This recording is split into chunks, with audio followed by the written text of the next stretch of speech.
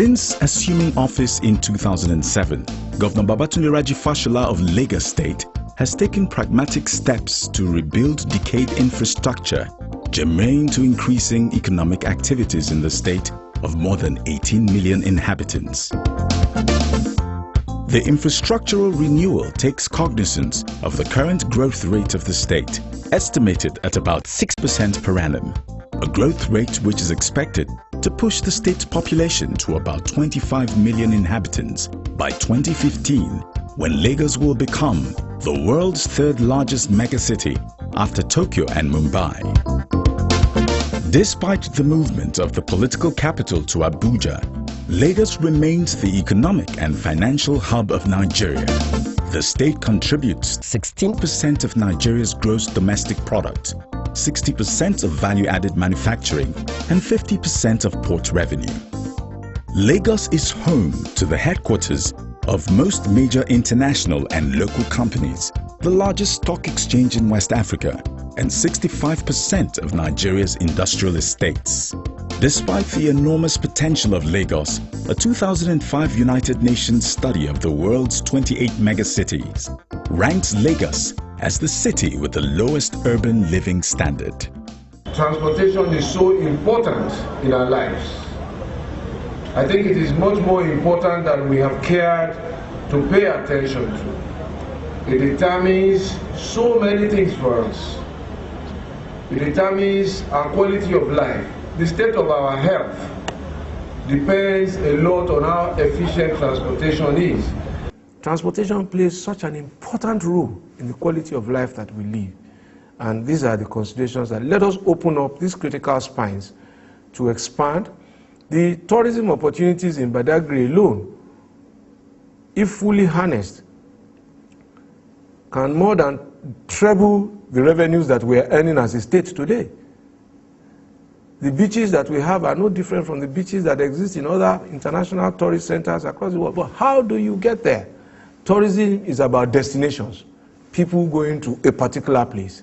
And therefore, if it takes 5 hours, it becomes a less attractive tourist destination. If I have to travel 5 hours from Erikmont to Badagry, if I take a plane from Lagos, I'm almost in Paris. The government is therefore confronted with the enormous task of renewing public infrastructure, including transportation, strained by the rapidly growing population. Since there was an absence of commensurate increases in public service levels and investment, order gradually descended into chaos. This has adversely affected levels of efficiency and productivity over the past 3 decades. This can be seen in the use of 3 vital bridges, Eko, Carter, and Third Mainland, linking mainland with Lagos Island. In order to overcome these challenges, the Lagos State government has approved a network of 7 rail lines.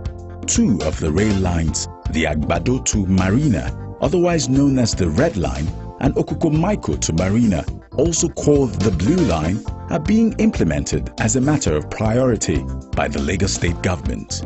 The government would fund the provision of the infrastructure for a standard gauge system, while the operations of the 2 rail lines would be concessioned to the private sector. A 25-year concession plan is envisaged. Most of the investment by the concessionaire would be in rolling stock, rail systems, including signaling and communications, furnishing and equipping stations, automatic fare collection equipment and systems, and depot development. The concessionaire would be given a free hand to set transport fares to the limit of a predetermined maximum. Lagos is a place where we don't break agreements. It's a place where we are always keeping to our word. So the concessionaire, whoever he is or should be rest assured that is signing a long-term deal that will not be broken. The potential the 2 rails have for Lagos are huge. The rail lines would create opportunities for commercial and business activities, improve access to central Lagos, and act as a catalyst for investment promotion, economic growth, and social inclusion.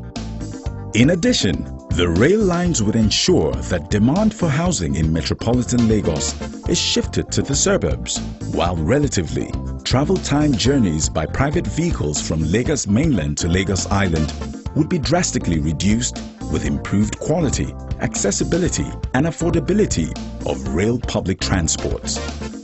New towns will evolve, leading to the creation of sustainable jobs and employment opportunities. Vehicular emissions and air pollution resulting from traffic congestion would be significantly reduced and contribute to a cleaner environment. Apart from the capacity to move a greater number of people, rail transport is twice as efficient as travel by car.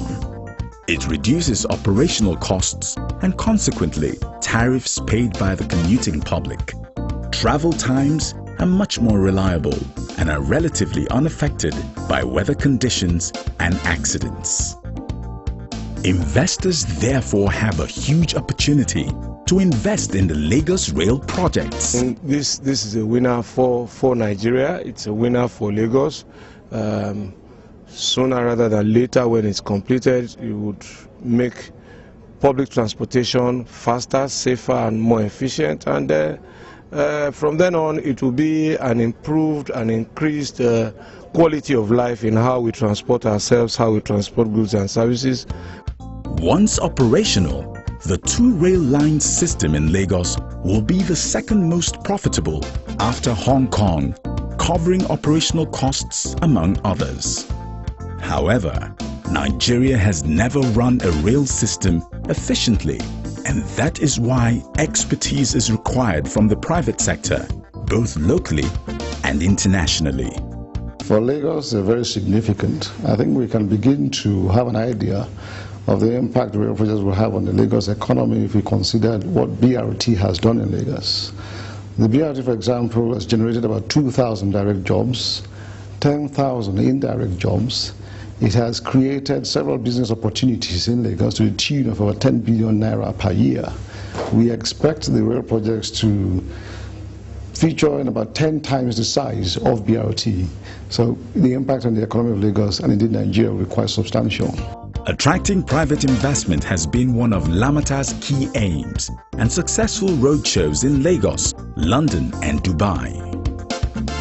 Lagos now beckons to discerning investors, and the time is now to invest in the Lagos Rail project.